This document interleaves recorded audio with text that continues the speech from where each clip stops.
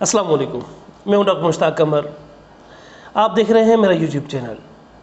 آج ہم بات کریں گے انشاءاللہ العزیز اسپائنل کارڈ ڈسک سلپ کی اور ڈسک بلج کمپریشن کی۔ اب مہروں کی خرابی کس تحریک میں ہوتی ہے یا کس مزاج میں ہو سکتی ہے یا کیسے اس کا علاج کیا جا سکتا ہے، تو ایک چیز میں واضح کر دوں کہ بہت سے اتباع حضرات بھی میری ویڈیوز دیکھتے ہیں، تو اس لیے مجھے تھوڑا سا تفصیل سے یہ بات کرنا ضروری ہے میرے لیے۔ سب سے پہلے تو مریض کی مکمل ہسٹری جاننا بہت ضروری ہے، کیونکہ مہروں کی خرابی مختلف وجوہات، مختلف تحریک میں ہوتی ہے۔ جب تک ہم مہروں کی خرابی کی اصل وجہ کا تعین نہیں کر سکتے یا اصل وجہ کا علم نہ ہو سکے، آپ علاج نہیں کر سکتے۔ سب سے پہلے تو کوشش یہ کی جائے کہ مرض اور اس کے اسباب، ماہیت مرض اور پھر اس کا سد باب اور اس کا علاج تجویز کیا جا سکتا ہے۔ اب اگر آتے ہیں وجوہات مرض کی طرف، اگر دیکھی جائے تو گردن کے مہروں کے اندر کوئی خرابی پیدا ہوئی ہے تو جس سے وہاں کے عصب پر، جو یہ گردن کے مہرے ہیں، یہاں کے عصب پر دباؤ پڑ کر اسے نقصان پہنچاتا ہے۔ گردن کے ان مہروں میں عموماً خرابی چند وجوہات کے پیش نظر ہو سکتی ہے۔ مہروں میں موجود ڈسک کا پھٹ جانا یا کھسک جانا یا سی سیکشن، یہ جو سی سیکشن ہے ہمارا، اس سی سیکشن میں موجود خرابی، اب یہ درمیانی ڈسک کے ساتھ ہوتی ہے۔ نیرو نکلنے کی جگہ پر جو ہمارے مہرے کی ہڈی میں اگر کہیں کوئی تبدیلی آ جائے یا بڑھاؤ پیدا ہو جائے، اب یہ ہوتا گردن کے کون سے مہروں میں ہوتا ہے؟ اکثر جو اکثریت آتی ہے وہ C4، C5، C6، C7 گردن کے ان مہروں میں یہ گنٹھیا کا جو مواد ہوتا ہے، گنٹھیا کا مواد یہاں پر پیدا ہو سکتا ہے، جس کی وجہ سے ڈسک میں موجود اندر ایک باریک سا سوراخ ہوتا ہے، وہ بہت سوراخ باریک ہوتا ہے، تو اس کو اور مزید وہ تنگ کر دیتا ہے۔ جو گنٹھیا کا مادہ ہے یہ اور مزید اس کو تنگ کر دیتا ہے، جس کی وجہ سے یہ مرض پیدا ہو سکتا ہے۔ اس کے علاوہ کوئی اگر حادثہ ہو جائے یا اس میں کوئی رسولی پیدا ہو جائے تو اس کی پیدائش جو ہے وہ بھی مہروں کی خرابی میں اہم کردار ادا کرتی ہے، جس کی وجہ سے مہرے، حرام مغز اور یہاں سے نکلنے والے نیروں پر دباؤ بڑھ کر مریض کو یہ پیرالائز بھی کر سکتی ہے، یا مفلوج، جس کو ہم عام الفاظ میں کہیں کہ مفلوج بنا سکتی ہے۔ نیروں کو جو زیادہ اس میں نقصان پہنچتا ہے وہ اس سے عضلات کمزور ہو جاتے ہیں، یعنی کہ جو عضلات کی کمزوری یعنی پٹھوں کی کمزوری بھی مریض کو طرح طرح کے مسائل سے دوچار کر دیتی ہے۔ یہ بھی یاد رکھیں کہ گینٹھیاوی وجوہات کی بنا پر پہنچنے والی تکلیف، سروائیکل اسپینڈریلوسس میں درد، ایک یا پھر دونوں، کبھی ایک میں بھی ہو سکتا ہے، کبھی دونوں بازوؤں میں یہ درد جاتا ہے، تو یہ بھی وجوہات عام ہیں اور یہ عام دیکھی جاتی ہیں۔ اس کے علاوہ اور وہ یہ بازو جو ہے وہ سن بھی ہو سکتے ہیں، بازوؤں کے عضلات کمزور ہو کر سوکھ بھی سکتے ہیں۔ اب بعض ایسے پیشنٹ بھی آتے ہیں کہ جن کے بازو بالکل سوکھ جاتے ہیں، خشک ہو جاتے ہیں، لٹکتے ہیں، یعنی کہ وہ اس طرح ہوتا ہے کہ جیسے بازو صرف اور صرف جڑے ہوئے ہیں، باقی اندر سے انٹرنل سسٹم ان کا کٹا ہوا ہے۔ تو ایسے بھی پیشنٹ آتے ہیں کہ جن کے بازو ہلاؤ تو صرف وہ کپڑے کی طرح ہلتے رہیں گے، تو ایسے پیشنٹس بھی آتے ہیں۔ اب اگر ہم اس کو دیکھتے ہیں کہ ٹانگوں میں سختی، کمزوری اور چال میں لڑکھڑاہٹ یہ بھی پیدا ہو سکتی ہے، اور پیشاب پخانے پر کنٹرول مشکل یہ بھی ہو سکتا ہے۔ بعض ایسے بھی پیشنٹ آتے ہیں کہ جو بالکل ٹھیک ہوتے ہیں لیکن پیشاب پخانے پر کنٹرول نہیں ہوتا، یہ بھی مہروں کی خرابی کی وجہ سے ہے۔ اب ہم اگر دیکھتے ہیں کہ گردن کا تو ہم نے دیکھ لیا، اگر ہم دیکھتے ہیں کہ کمر کے مہرے کی خرابی پر اگر وہی وجوہات جو ہم نے یہ گردن کے مہروں میں وجوہات جو ہم نے دیکھی، وہی وجوہات اگر کمر کے مہروں میں یعنی کہ پیدا ہو جائے تو نچلے دھڑ کے موہروں میں جب یہ آ جاتی ہیں تو یہاں کے نیرو اور روٹس کو یہ نقصان پہنچا کر ایک یا دونوں ٹانگوں میں درد اور سن پن پیدا ہو سکتا ہے، جس میں بہت سے ایسے میرے پاس پیشنٹ آتے ہیں موہروں کے جن کو اکثر جو ہے جن کو درد بھی ہوتا ہے، اور اکثر ایسے پیشنٹ بھی ہوتے ہیں کہ جن کے نچلا حصہ سن بھی ہو جاتا ہے، یا نچلے حصے میں اگر فالج اسفل آ جائے تو اس بنا پر بھی یہ چیز ہو سکتی ہے، اور بھی مختلف وجوہات ہیں، تو انشاءاللہ وہ بھی تفصیل سے میں آپ کو بتا دیتا ہوں۔ اچھا، یہ بھی یاد رکھیں کہ جسمانی کسی بھی حرکت سے اگر ہم کوئی بھی حرکت کرتے ہیں جسمانی طور پر، جیسے کہ مثال کے طور پر ہم نے کروٹ لی دائیں سائیڈ بائیں سائیڈ، یا جھکے، یا بالکل اسٹریٹ بیٹھ گئے، اس صورت میں بھی یہ درد شدت جو ہے اختیار کر سکتا ہے۔ متاثرہ حصہ درد بڑھا کر سن بھی کر سکتا ہے، اور یہ یا تو پھر عضلات کمزور کر کے مفلوج بنا سکتا ہے۔ متاثرہ جو ایک ٹانگ ہو جس میں درد اکثر رہتا ہو،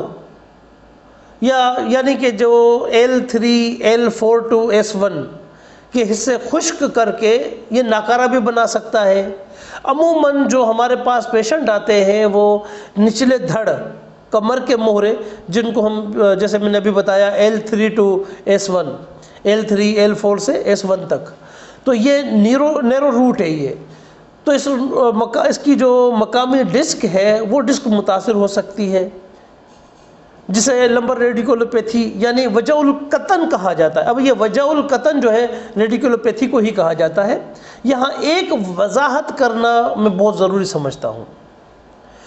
کہ موہروں کی ہڈی میں، جو یہ ہمارے موہروں کی ہڈی ہے، اس ہڈی میں ٹی بی یا کینسر بھی ہو سکتی ہے، اور جس وجہ سے موہروں کی قدرتی بناوٹ میں فرق آ کر نیرو روٹ پر دباؤ آ جاتا ہے۔ اب یہ نیرو روٹ پر کیسے دباؤ آئے گا، یہ آپ دیکھ لیجئے میرے ہاتھ کو، کہ یہ میرے ہاتھ کی یہ انگلیاں، یہ یوں سمجھ لیجئے کہ یہ نیرو روٹ سے ہے، تو یہ اگر ٹی بی ہوگی یا کینسر ہوگا تو یہ ان بیلنسنگ ہو جائیں گی، یعنی ایک سائڈ جھک بھی سکتی ہے، ایک سائڈ اٹھ بھی سکتی ہے، یا آگے پیچھے دائیں بائیں بھی ہو سکتے ہیں، تو یہ خرابی بھی ان میں پیدا ہو سکتی ہے، یا یہ گھل بھی سکتے ہیں، تو یہ بھی چیز واضح رہے۔ اچھا، اس کے علاوہ اور جس وجہ سے یہ موہروں کی قدرتی بناوٹ میں فرق آ جاتا ہے اور نیرو روٹ پر جب یہ دباؤ آ جاتا ہے، اور جس سے بھی مریض جو ہے اکثر پیرالائز ہو جاتے ہیں، اور یہ پیرالائز ہونے کا اندیشہ بہت زیادہ بڑھ جاتا ہے۔ یہ بھی یاد رکھیں کہ یہاں پر جو ہے وزن اگر زیادہ اٹھایا جائے، یا اچانک کوئی حادثہ ہو جائے، یا جھٹکا لگ جائے اچانک سے، تو اس سے بھی یہ تکلیف ہو سکتی ہے۔ یہ ضروری نہیں ہے کہ وہ صرف گینٹھیاوی مادے ہوں یا ایسا بھی مادے ہوں تو ان سے یہ تکلیف ہوگی، تو ایسا ہرگز نہیں ہے۔ یہ حادثاتی طور پر بھی یہ ہو سکتی ہے، یا زیادہ وزن اٹھانے کی صورت میں بھی یہ چیز ہو سکتی ہے۔ اب اگر ہم گردن اور کمر کے موہروں کو جس طرح ہم نے ابھی دیکھا ہے، ان میں زیادہ کا جو تعلق ہوتا ہے وہ سوداوی یعنی کہ عضلاتی تحریک میں ہوتا ہے۔ عضلاتی تحریک میں یہ اکثر کے جو پیشنٹ آتے ہیں وہ عضلاتی تحریک کے پیشنٹ آتے ہیں۔ گینٹھیاوی مادوں سے موہروں کے سوراخ، جو ہمارے ان موہروں کے اندر جو یہ سوراخ ہوتے ہیں، ان میں باریک سے سوراخ، کیونکہ یہ باریک سے سوراخ جب بند ہو جائے اور نیرو کے راستوں کا تنگ ہونا، زائد کیلشیم کی ہڈی کا بڑھ جانا، اب یورک ایسڈ جس کو ہم کہتے ہیں کہ یورک ایسڈ ہو گیا۔ اب یہ بیماریاں کب پیدا ہوتی ہیں؟ یہ جب ایسے پیشنٹس کو کانسٹیپیشن لازم ہوگا۔ کانسٹیپیشن کے بغیر یہ یورک ایسڈ یا گینٹھیاوی مادے یا ایسا بھی مادے یہ کبھی بھی نہیں ہو سکتے، پاسبل ہی نہیں ہے کہ آپ کو جو ہے کانسٹیپیشن نہ ہو اور یہ چیزیں ہو جائیں، تو ایسا نہیں ہوتا۔ یہ تب پیدا ہوتے ہیں کہ جب ہمیں کانسٹیپیشن ہو جائے، تو اس صورت میں پھر یہ بیماریاں پیدا ہونا شروع ہوتی ہیں، کیونکہ قبض 70 بیماریوں کی ماں ہے، جڑ ہے، اور قبض کے متعلق میں نے ایک پورا لیکچر دیا ہوا ہے، وہ میری ویڈیو چینل پر موجود ہے، وہ بھی آپ دیکھ سکتے ہیں۔ تو اس میں جیسے کیلشیم کی ہڈی بڑھ گئی، کینسر اور ٹی بی کے اثرات سے بھی مہروں کا گھل کر ان کی جو وضع ہے وہ خرابی، تنگی و خلا، اب ان تمام کا اسباب کا جو تعلق ہوتا ہے وہ سوداوی مادہ یعنی عضلاتی اعصابی مزاج سے ہے۔ اسی طرح مہروں کو جو باندھنے والے بندھن، جس کو ہم طبی زبان میں رباط کہتے ہیں، اب یہ مہریں ہیں، اب ان مہروں کو باندھا جاتا ہے، ایک باندھنے کے لیے ایک رباط ہوتی ہے جو قدرتی طور پر ہوتی ہے۔ یہ اللہ رب العزت کی تخلیق ہے، یہ کسی عام بندے کی تخلیق نہیں ہے، عام بندہ کر بھی نہیں سکتا۔ کسی مائی لال کو یہ طاقت نہیں ہے کہ وہ رباط اپنی طرف سے بنا کر اس میں باندھ سکے، کیونکہ یہ صرف اور صرف قدرت کے کارخانے میں ہی یہ چیزیں ہوتی ہیں، باقی یہاں پر کچھ نہیں ہوتا یہ ایسا۔ اور یہ اگر ایک بار ٹوٹ جائے تو پھر پاسبل نہیں ہوتا کہ یہ جڑ سکے جب تک اللہ نہ چاہے۔ تو جس سے جو ہے یہ رباط اور پٹھے بھی اسی مزاج میں سکڑ کر کس جاتے ہیں۔ اب یہ دیکھیں یہ مہرے ہیں نا، یہ جب یہی مزاج ہوگا آپ کا عضلاتی اعصابی تو یہ سکڑ کر یہ ایک دوسرے کو دبا دیں گے، تو جس سے یہ بیماری اور مزید زیادہ پیدا یعنی کہ اس کا اضافہ اور زیادہ بڑھ جائے گا۔ مہروں کو دو زور سے جب یہ دبا دیتے ہیں تو جس کی وجہ سے نیرو جو ہے ہمارا جو نیرو روٹ ہے، جس کو ہم عام زبان میں حرام مغز بھی کہیں گے، تو یا اسپائنل کارڈ کی جو رگیں ہیں ان کو یہ دبانے سے حرام مغز کا، جس کو ہم آپ کہتے ہیں کہ جی حرام مغز دب گیا، حرام مغز نہیں دبتا، وہ نیرو دب جاتا ہے۔ وہ نیرو دبنے سے، اور اس کو ہم دوسری زبان میں اگر کہیں کہ کمپریشن ہو چکا تو یہ کمپریشن ہو جاتا ہے۔ تو یہ کمپریشن کو اسی صورت میں ہم ختم کر دیتے ہیں کہ جب ہم کمپریشن کا علاج کیا جائے۔ اب جیسے میں نے کہا کہ اگر وہ کٹ جائے تو وہ پاسبل نہیں ہوتا کہ وہ دوبارہ سے جڑ سکے۔ ہاں اگر وہ جڑا ہوا ہے اور وہ سخت ہو چکا ہے یعنی کہ دب چکا ہے تو وہ کھل سکتا ہے، یا وہ ڈھیلا ہو چکا ہے تو وہ بھی آپ کا بالکل درست ہو سکتا ہے۔ اب جیسے میں یہ بتا رہا ہوں کہ جس سے ڈسک ایک طرف ہو کر کمپریشن پیدا کر دیتی ہے۔ اب کمپریشن جو ہمارا پیدا ہو چکا، مہرے، اب یہ مہرے ہیں یہ ایک طرف ہو گئے، اس طرح جھک گئے، جھک کر ان کے اندر کمپریشن ہو گیا۔ اب جو جھکا ہوا سائیڈ ہے وہ نیرو روٹ جو ہے، وہ نیرو جو ہے آپ کا دبا ہوا ہے وہ جھکے ہوئی طرف دبایا جائے گا، کیونکہ وہ ایک طرف جھک گیا وہ دب گیا، نیرو دب گیا، حرام مغز آپ کا دب گیا، تو جس کی وجہ سے یہ خرابی پیدا ہو جاتی ہے۔ اچھا اب چلتے ہیں سفراوی مزاج یعنی کہ گدی عضلاتی۔ اب جب گدی عضلاتی مہروں کی ہڈی کو خوراک پہنچانے والی جھلی کی سوزش، جیسے آپ عام طور پر کہتے ہیں کہ جی حرام مغز میں سوزش آ گئی ہے، آپ نے اکثر فزیشین سے یا نیورو سرجن سے آپ نے یہ اکثر سنا ہوگا کہ حرام مغز میں سوزش آ گئی ہے، یا آپ نے MRI کروائی اس میں آ گیا حرام مغز میں سوزش آ گئی ہے۔ وہ سوزش ہوتی کون سی ہے؟ یہ ہوتی ہے گدی عضلاتی تحریک میں۔ سوزش جو ہوگی وہ گدی عضلاتی تحریک میں ہوگی۔ یہ سوزش جو ہوتی ہے یہ جھلی کی سوزش ہوتی ہے، جو ہمارے مہروں کو خوراک پہنچانے والی جھلی ہوتی ہے، اس جھلی میں یہ سوزش ہو جاتی ہے، جس سے بھی قدرتی طور پر جو بناوٹ ہے مہروں کی وہ بگڑ جاتی ہے، اور وہ بگڑ کر یہی علامتیں پیدا کرنے کا باعث بنتی ہے۔ اب اگر ہم آتے ہیں بلغمی مزاج پر یعنی اعصابی مزاج پر، اعصابی تحریک میں رباط کیا ہوتی ہے؟ یہ ڈھیلی ہو جاتی ہے۔ اب یہ رباط ہے تو یہ جیسے قدرتی بناوٹ ہے، اب یہ ڈھیلی ہو گئی، کھل گئی، تو یہ اعصابی جو مزاج ہوگا اس میں یہ ڈھیلی ہو جائے گی، کھل جائے گی رباط،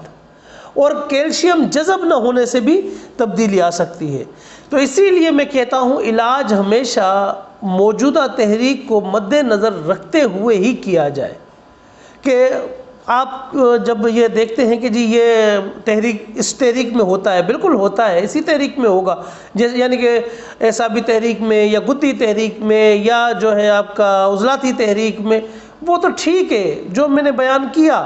لیکن یہ بھی یاد رکھیں کہ آپ اس وقت مریض کی جو موجودہ تحریک ہے اس موجودہ تحریک کو بھی مد نظر لازمی رکھیں، کیونکہ جب تک آپ موجودہ تحریک کو مد نظر نہیں رکھیں گے اس سے پہلے آپ علاج صحیح معنی میں نہیں کر سکتے. جس میں ہم اگر علاج کو دیکھیں تو علاج میں کیا ہوتا ہے کہ ہم اکثر جو ہے ایسے تحریک کو مد نظر رکھتے ہوئے حبوب بھی دے سکتے ہیں، نخودیاں بھی دے سکتے ہیں، یعنی کہ ملین بھی دے سکتے ہیں، تریاک بھی دے سکتے ہیں، مسہل بھی دے سکتے ہیں، لیپ کرنے کے لیے بھی بتا سکتے ہیں، ٹکور بھی کرنے کے لیے بتا سکتے ہیں، مالش بھی بتا سکتے ہیں. اس میں ورزش کے لیے بھی کہا جاتا ہے. یا بعض اوقات ایسے مزاج کے بندے بھی ہوتے ہیں کہ جن کو آرام کروانے کے لیے بھی کہا جاتا ہے. یہ معالج ہمیشہ اپنی شناس کے مطابق ہی بتا سکتا ہے کہ اس مریض کو کس چیز کی ضرورت ہے اور اس کے ساتھ کس طریقے سے اس کا علاج کیا جائے. مہروں میں اگر کوئی غیر طبیعی حالت پیدا ہو جائے یا دونوں ٹانگوں میں، ایک اور پہلو کو بھی مد نظر رکھنا بہت ضروری ہے جو ہمارے وسط ایشیا میں بہت عام ہے، وہ ہے شوگر. شوگر ہونے کی صورت میں بھی پاؤں یا پاؤں کی انگلیوں میں یہ جو حالت ظاہر ہوتی ہے، یعنی کہ جب وہ کبھی سن ہو جائیں گی یا ٹیڑھی میڑھی ہو جائیں گی، تو اس کو بھی ہم ایک اور جو پہلو ہے اس میں وہ ہے عرق النساء. ہم بعض اوقات شوگر کی وجہ سے بھی درد ہو تو ہم عرق النساء کا نام دے دیتے ہیں. جیسا کہ اگر ہم دیکھیں گے کہ دائیں ٹانگ میں عرق النساء ہے تو عضلاتی گدی کا شاخسانہ ہوتا ہے، اور اگر بائیں ٹانگ میں آ گرے تو ایسا بھی گدی تیری غالب ہوتا ہے. اب یہاں ایک راز کی بات بتاتا ہوں میں آپ لوگوں کو. وہ راز کی بات کیا ہے؟ عرق النساء در حقیقت بہت کم پایا جاتا ہے دور حاضر میں تو بہت ہی کم ہے عرق النساء. جو لوگ اس مرض میں مبتلا نظر آتے ہیں ان میں اکثریت جو ہوتی ہے وہ مہروں کے مریض ہوا کرتے ہیں. اکثریت جو ہمارے پاس پیشنٹ آتے ہیں وہ مہروں کے مریض ہوتے ہیں. اب جس کو عرق النساء کا نام دیا جاتا ہے. اب مہروں کی خرابی جو ہوتی ہے، یہ چوٹ لگنے، جیسے میں پہلے بھی یہ ساری چیزیں بتا چکا ہوں، جھٹکا لگنے، وزن اٹھانے یا پٹھوں کی مقامی سختی سے مہروں کے درمیان جو یہ نرم گدی ہوتی ہے، یعنی جس کو ڈسک کہا جاتا ہے، یہ ڈسک پھٹ کر یا کھسک کر اعصاب پر دباؤ ڈالتی ہے. اب یہ اعصاب پر جب دباؤ ڈالے گی نا تو یہ اعصاب پر دباؤ ڈال کر اور آپ کو مفلوج بھی بنا سکتی ہے. اب اس میں سب سے جو اور بھی ایک پہلو ہے اس کو بھی ہم یہاں پر مد نظر رکھ کر اس پر بھی بات کریں گے، جو اس کی علامہ یعنی کہ اسبابی پہلو ہے جو اس میں ٹی بی بھی ہو سکتی ہے، سل، سوزا کی زہر، یا غذا فراہم کرنے والی مقامی جھلی میں سوزش جو میں پہلے بھی بتا چکا ہوں آپ کو. اب اس سے مہرہ یا اس کا کوئی حصہ گل جاتا ہے. نتیجتاً کیا نکلتا ہے نتیجہ ہمارے پاس کہ مہروں کا توازن خراب ہو جانے، اکھڑ جانے یا ایک دوسرے پر یہ پھر مہرے چڑھ جاتے ہیں. تو چڑھ جانے سے اعصاب دب کر عرق النساء جیسی تکلیف پیدا کر دیتے ہیں. اب جب یہ عرق النساء جیسی تکلیف پیدا کر دیتے ہیں تو مقامی طور پر کوئی اس میں اگر گلٹی یا رسولی بھی پیدا ہو جائے تو نیروں پر دباؤ ڈال سکتی ہے. اب اس میں کیا ہوتا ہے کہ جب جیسے میں نے پہلے بتایا کہ اگر دائیں ٹانگ میں ہے، اس کے متعلق میری عرق النساء کے متعلق پوری ایک ویڈیو بھی بنی ہوئی ہے، وہ بھی آپ دیکھ سکتے ہیں، عرق النساء والے مریض. تو اس کے متعلق جو تحریک ہے دائیں ٹانگ کی یا بائیں ٹانگ کی، پھر ہم کلیم کیا کریں گے کہ جی ہمیں تو عرق النساء ہے. اور صابر مطالع رحمۃ اللہ علیہ پر اللہ رب العزت اپنے کروڑ رحمت نازل فرمائے، انہوں نے جو نسخہ بتایا اس کے عرق النساء کے متعلق ایک لاجواب نسخہ ہے. کیونکہ میرے سینکڑوں ایسے مریض ہیں عرق النساء کے جن کو میں نے یہ ادویات دیں، اللہ کے فضل و کرم سے اللہ نے ان کو کسی کو 1 دن میں، کسی کو 2 دن میں، کسی کو 3 دن میں شفا عطا فرمائی، اگر بشرطیہ کہ عرق النساء ہو. لیکن بات کیا ہوتی ہے، پھر ہم کلیم کیا کرتے ہیں کہ جی صابر ملتانی رحمۃ اللہ علیہ نے تو بتا دیا کہ جی دائیں ٹانگ میں یہ ادویات کھائیں، بائیں ٹانگ میں یہ ادویات کھائیں درد کی صورت میں. ہم نے تو کھائی، ہمیں آرام نہیں آیا. بھئی آرام آئے گا کہاں سے؟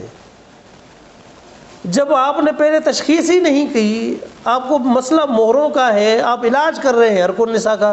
تو آرام تو نہیں آئے گا آپ کو۔ پہلے آپ MRI کروائیں، پتہ چلے کہ بھائی مسئلہ ہے کیا، اس کے بعد آپ اپنا علاج شروع کریں۔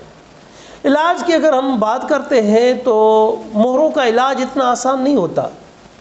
کہ ہر عام شخص خود سے دوا تیار کر سکے، کیونکہ اس میں اکثر ایسی زہریلی جڑی بوٹیاں ہی استعمال ہوا کرتی ہیں جو ایک خاص طبیب ہی اپنی شناسائی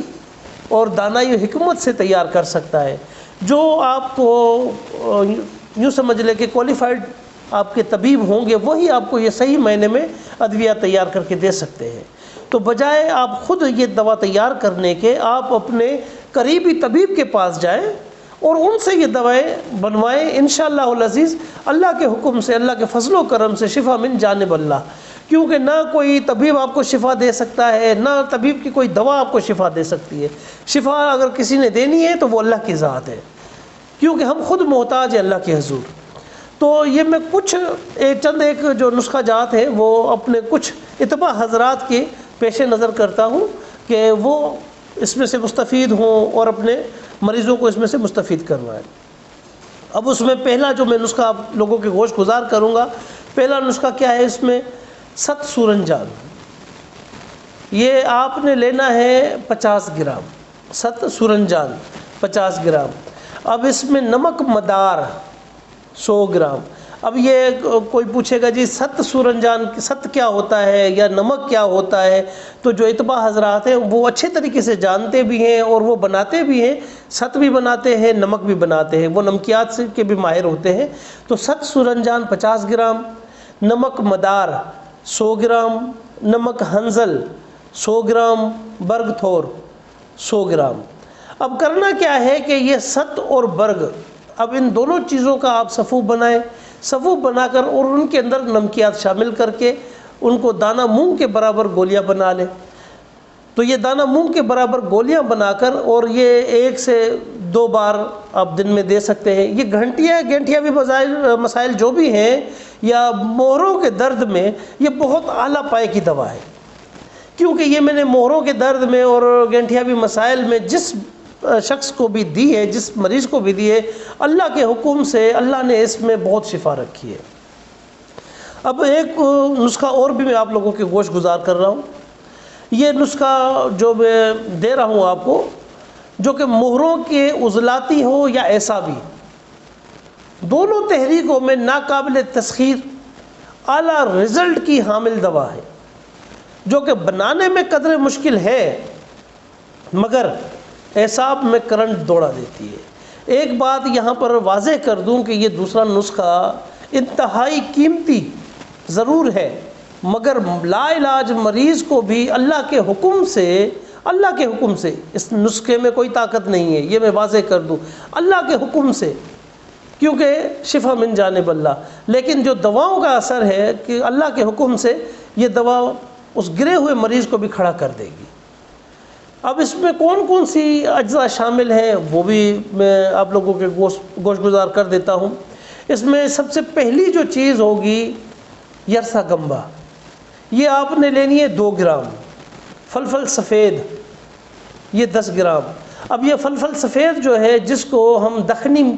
بھی کہا جاتا ہے، دخنی مرچ بھی کہا جاتا ہے فلفل سفید کو، تو یہ فلفل سفید 10 گرام۔ زہر مہرہ خطائی 10 گرام، مروارید فاستہ 7 گرام، بسد 7 گرام، کہربا شمعی 7 گرام، اس میں آئے گا جی لاجورد مقصول 7 گرام، یاقوت سرخ 7 گرام، یاقوت کبود 7 گرام، یاقوت اصغر 7 گرام، یشب سبز 7 گرام، زمرد اخضر 7 گرام، عقیق سرخ 7 گرام، ورق نکرہ 7 گرام، مستگی رومی، یہ بستگی رومی میں ایک میں نے ویڈیو میں بھی پوری بستگی رومی بھی دکھائی ہے اصل والی، اور بنا کر بھی دکھائی ہے کہ کس طریقے سے یہ کام کرتی ہے۔ مستگی رومی 7 گرام، ورق طلا یہ آپ نے لینا ہے 3.5 گرام، جدوار 3.5 گرام، نارجل دریائی 3.5 گرام، عنبر اشہب 3.5 گرام، کستوری خالص 3.5 گرام، مومیائی خالص 3.5 گرام۔ اب یہ ادویات ہیں۔ اب یہ عام بندے کے بس کی بات نہیں ہے اس کو بنانا، یہ صرف اور صرف جو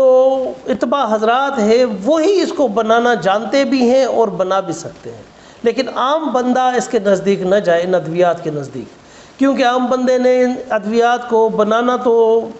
کجا، لیکن وہ اپنے آپ کو بھی ختم کر سکتے ہیں ان ادویات کی بنا پر، کیونکہ اس میں بہت سی ایسی ادویات ہیں جن کے اندر زہریات شامل ہوتی ہیں، وہ زہر مار کر ہی یہ ادویات بنائی جاتی ہیں، تو یہ آپ کسی خاص طبیب سے ہی بنوائیں، وہ سب سے زیادہ بیسٹ ہوتا ہے، کیونکہ اس میں بہت قیمتی ادویات ہیں، یہ ساری کوئی اس میں سستی ادویات نہیں ہے۔ اب اس کو کرنا کیا ہے کہ ان تمام ادویات کو 2 ہفتے تک روح گلاب میں آپ خرل کرتے رہیں، ہلکے ہاتھ سے یہ خرل کرتے رہیں، تو یہ دوا آپ کی 2 ہفتے کے اندر اندر اللہ کے حکم سے تیار ہے۔ اب اس کی خوراک کتنی ہوگی؟ خوراک ہوگی 2 تا 4 چاول، 2 تا 4 چاول یا فلفل سیاب برابر، یہ آپ فلفل سیاب برابر حبوب بنا لیں، اور آب نیم گرم سے، یا